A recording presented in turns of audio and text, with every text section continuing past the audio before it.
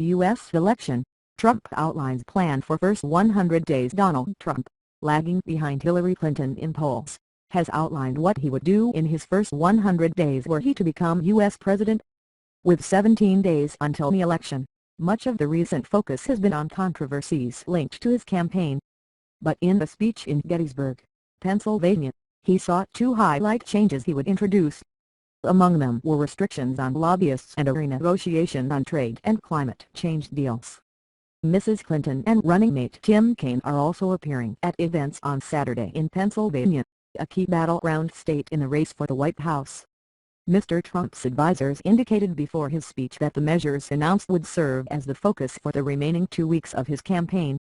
Among the key details he announced were restrictions on White House officials becoming lobbyists after they leave office, term limits for members of Congress, the cancellation of all payments to climate change programs and the redeployment of those funds to fix U.S. infrastructure, the start of the process of removing the more than 2 million criminal, illegal immigrants and the denial of visa-free travel to countries who refused to take back their citizens. The speech was one of the most detailed by Mr. Trump during his candidacy, and also touched on matters of security, economy and trade.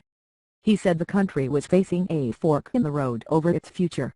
While some polls have shown he has eaten into Mrs. Clinton's lead over the past week, after the third presidential debate, she is still leading him in a number of the key swing states. Before his speech, Mr. Trump again attacked leading media outlets and suggested they were biased against him. He vowed to break up media conglomerates, saying he would scrap the rumored purchase of the Time Warner Company, the owner of CNN, by AT&T.